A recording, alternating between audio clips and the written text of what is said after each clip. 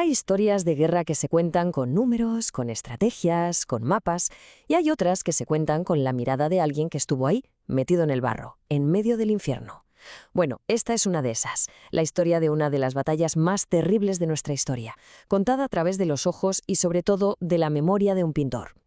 Imaginen la escena por un momento. En pleno caos, un teniente se le acerca a un soldado joven, un tal Cándido López, y le suelta esta frase. «Vos, Petit, vas a quedarte acá para contarlo». Una frase que, sin que nadie lo supiera en ese momento, le terminó sellando el destino, porque no solo iba a sobrevivir, sino que se iba a convertir en el cronista visual de esa masacre. Para entender bien toda esta movida, la vamos a analizar en 6 partes. Primero, arrancamos con nuestro pintor en el infierno. Después, nos metemos en el contexto, en los intereses detrás de la guerra. Analizamos el plan de batalla, revivimos la masacre, vemos las consecuencias de la derrota y cerramos con la increíble historia de la memoria de su mano izquierda. Bueno, vamos a meternos de lleno. Nuestro protagonista, ojo, no es un general ni un estratega. Es un artista, el teniente Cándido López, un pintor que se mandó como voluntario, sin tener ni la más pálida idea de que sus bocetos iban a terminar contando una de las páginas más oscuras de la historia argentina. A ver, ¿quién era este tipo? Cándido López era un pintor, un tipo sensible que se dedicaba a los retratos, a los paisajes. Se alista como voluntario y como era de los pocos que sabía leer y escribir, lo nombran teniente. Pero lo más loco de todo es que el mismísimo presidente Mitre, cuando ve los dibujos que hacía, lo alienta a seguir. Le dice que eso va a servir como testimonio para la historia. ¿Y qué razón que tenía? Bueno, dejemos por un rato al personaje y vayamos al panorama general, porque para entender el infierno que vivió Cándido López, primero hay que entender por qué se peleaba esta guerra. Una guerra súper impopular en buena parte del país, la famosa Guerra de la Triple Alianza, o como la bautizaron algunos, la Guerra de la Triple Infamia. Y acá está la posta, ¿no? La causa oficial, la que se le contó a todo el mundo. Era la agresión paraguaya a Corrientes. Pero por debajo, la cosa era bien distinta. Paraguay tenía un modelo de desarrollo propio, sin deuda externa, un mal ejemplo para una región que se abría al capital extranjero. Estaban los intereses británicos de meter sus productos ahí y, por supuesto, la necesidad de Buenos Aires de consolidar su poder sobre el resto del país. Y ojo, que esto no es un invento de ahora, ¿eh?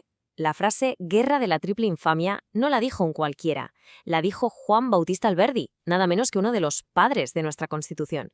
Así de fuerte era la bronca de muchos intelectuales y caudillos federales, que veían esta guerra como una traición a un pueblo hermano. Y en todo este lío hay 3 figuras que son clave. Por un lado, Bartolomé Mitre, presidente argentino y comandante en jefe, que muy suelto de cuerpo prometió una victoria en 3 meses. Del otro lado, Francisco Solano López, el presidente paraguayo, que defendía su modelo a muerte. Y no nos olvidemos del general paraguayo José Dubigis Díaz, el cerebro detrás de la defensa que se iba a volver mítica. Los días previos a la masacre fueron una crónica de oportunidades perdidas. El 12 de septiembre, Mitre y López se juntan para negociar la paz, pero 2 días después, ¡chao, acuerdo! Mitre dice que no, atado por las cláusulas secretas del tratado. Y para rematarla, se larga a llover a cántaros, días y días, convirtiendo todo en un pantano. El escenario para la tragedia ya estaba servido. Y ahora vamos a lo militar, porque lo que pasó en Curupaytí es el ejemplo perfecto del choque brutal entre un plan que en los papeles parecía una genialidad y la cruda realidad del terreno que nadie en el comando aliado supo o quiso ver. El plan de Mitre era de manual, literalmente, sacado de los libros de estrategia europea que él leía. Era así de simple. Paso 1. La flota brasileña bombardea y destruye las trincheras. Paso 2. 17.000 soldados avanzan de frente. Paso 3. Amagan con retirarse para que los paraguayos salgan a perseguirlos. Y paso 4. Los envuelven y los liquidan. Un plan perfecto, en la teoría. ¿Pero cuál era la realidad del otro lado? Completamente distinta. El general Díaz había preparado una defensa brillante. Las trincheras y sus 49 cañones estaban tapados por troncos invisibles. El terreno era un lodazal que encima iba para arriba. Y para colmo, la lluvia había tapado pozos y hielos de estacas. Los aliados no iban a una batalla, iban derecho a una trampa mortal. Y así llegamos al 22 de septiembre de 1866. Un día que, mamita querida, quedó grabado a fuego en la historia militar argentina. El día de un ataque frontal, a ciegas, sin el más mínimo reconocimiento previo, contra una fortaleza inexpugnable. Este fue el punto de no retorno. Al mediodía, la flota brasileña, ciega por el humo de sus propios cañones, manda una señal totalmente equivocada. Creen que demolieron las defensas. Mitre recibe la señal y sin chequear nada, ordena el avance. Manda miles de tipos derecho al muere. Y del otro lado, un terror puro. Una disciplina de hierro. La orden del general Díaz fue escalofriante. No disparen un solo tiro. Esperen a que estén a 7 u 8 metros. Imaginen la escena. Dejaron que los soldados se hundieran en el barro, que se acercaran hasta casi poder tocarlos, para recién ahí desatarles el infierno encima. 10.000. Paremos un segundo acá y pensemos en ese número. 10.000. 10.000 soldados aliados entre muertos y heridos. En un solo día. Una locura total. Miren nomás esta diferencia. Es abismal. Casi 10.000 bajas de nuestro lado contra menos de 100 del lado paraguayo. No fue una batalla, fue una carnicería a cielo abierto. La victoria paraguaya fue aplastante y la derrota aliada una catástrofe sin precedentes. Claro, una catástrofe así no termina en el campo de batalla. Las ondas expansivas llegaron a todos lados, sacudieron la política argentina, alargaron la guerra y dejaron cicatrices que tardaron décadas en cerrarse. Las consecuencias fueron tremendas. El prestigio militar de Mitre se hizo pelota. La oposición a la guerra creció muchísimo, con levantamientos en el interior que obligaron a sacar tropas del frente. Mitre tuvo que devolverse a Buenos Aires y dejar el mando en manos de Brasil. Y como si eso fuera poco, se desató una epidemia de cólera que mató a miles más en ambos bandos. Y ahora sí, volvemos a nuestro pintor, a Cándido López.